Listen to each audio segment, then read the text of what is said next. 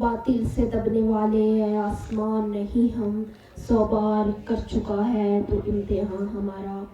اے قوم باد سوم کی آوارہ موجیں تجھے پاش پاش کر رہی ہیں، ظلمت و پستی تیرا مقدر بن چکی ہے، کیڑے مکوڑوں کی طرح تجھے زندگی گزارنے پر مجبور کیا جا رہا ہے۔ ظلم و بربریت کے طوفان نے تیری ماؤں بہنوں کو ننگا نچا دیا ہے، ظلم کی چکی میں تجھے بے دریغ پیسا جا رہا ہے، تیرے معصوم بچوں پر نیزوں اور تلواروں کو آزمایا جا رہا ہے، تیرے حقوق پر ڈاکہ ڈالا جا رہا ہے، تیرے ملے قوانین کو برباد کیا جا رہا ہے، تیری مساجد اور عبادت گاہوں کو مقتل گاہیں بنایا جا رہا ہے۔ آخر یہ سب کچھ کیا ہو رہا ہے؟ کیا اس لیے تیرے اسلاف نے اپنا خون بہایا تھا؟ علی وقار، جس قوم کی بچیاں ناچ گانے کو اپنا شوق و شیار بنا لے، ان کی نسل سے محمد بن قاسم نہیں پیدا ہوں گے، ناچنے والے ہی پیدا ہوں گے، خالد بن ولید نہیں پیدا ہوں گے، طارق بن زیاد نہیں پیدا ہوں گے، محمود غزنوی نہیں پیدا ہوں گے، صلاح الدین ایوبی نہیں پیدا ہوں گے۔ علی وقار، مجھے صلاح الدین ایوبی یاد آیا، وہ بھی تو کسی ماں کا ہی جنا ہوا تھا۔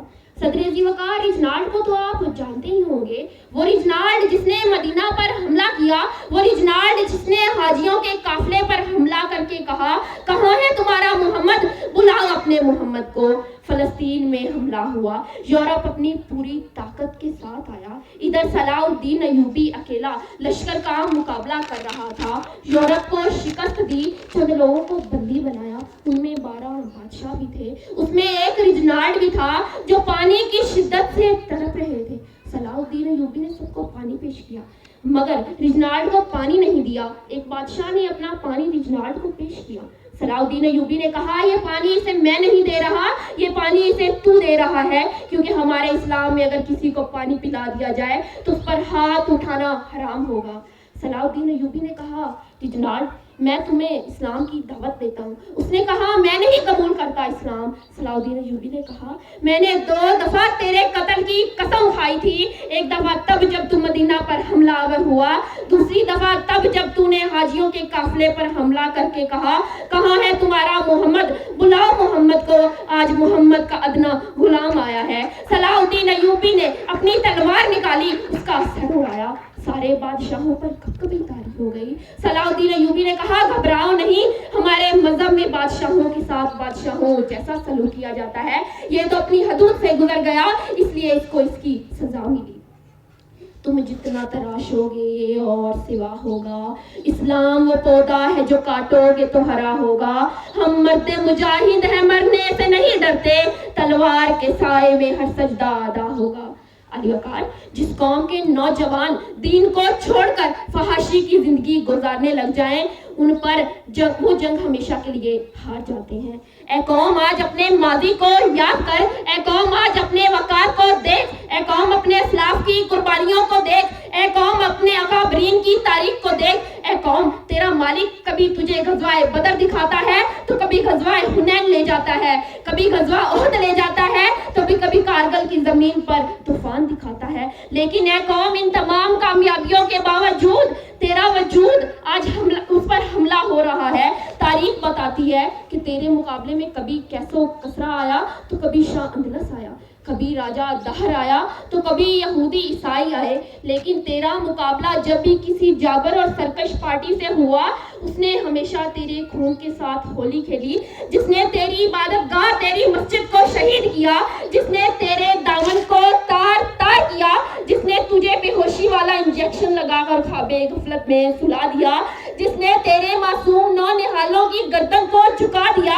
اے قوم، غفلت کی چادر کو چاک کر دشمن کے مقابلے میں آ کے دیکھ، سوئے ہوئے دل کو بیدار کر کے دیکھ، آنکھوں سے پردہ ہٹا کر دیکھ، جب تیرے مذہب کی بنیادوں کو اکھاڑا جائے گا، تیرے فرمان کو دار پر لٹکایا جائے گا، تیرے دیوانوں کو انگریزوں کو بھیٹ کیا جائے گا، تو بتا تیرے وجود کی حفاظت کون کرے گا؟ کیا یہ سرکاری پارٹیاں تیرے وجود کی حفاظت کریں گی یا یہ تیرا ٹھاٹ باٹ تیرے وجود کی حفاظت کرے گی؟ اے قوم، اگر تجھے عزت کی زندگی گزارنی ہے تو میدان میں آ، باطل کا مقابلہ کر، تیرے اندر ابو بکر کا خون ہے، تیرے اندر عثمان غنی کا خون ہے، تیرے اندر طارق بن زیاد کا خون ہے، تیرے اندر تو صلاح الدین ایوبی کا خون ہے۔ لیکن اے قوم، تیرا خون کیوں جم گیا؟ تیری غیرت کیوں غرق ہو گئی؟ تیری اہمیت کہاں سو گئی؟ تیرا ضمیر کیوں مر گیا؟ تیری تلوار تو کبھی دشمن کے آگے نہیں جھکی، تیرا سینہ تو کبھی دشمن کے سامنے نہیں پھرا، تو پھر تجھے کیا ہو گیا ہے؟ تیرے دریا میں طوفان کیوں نہیں ہے؟ خودی تیری مسلمان کیوں نہیں ہے؟ اب سے ہے شکوہ تقدیر یزداں، تو خود تقدیر یزداں کیوں نہیں ہے؟ علی وقار، تو وہ قوم ہے جس نے کیس و کسرا کے محلات میں خوف طاری کیا، جس نے ایران کے آتش کدے میں اللہ اکبر کے نعرے لگائے، جس نے بیت المقدس کو فتح کیا۔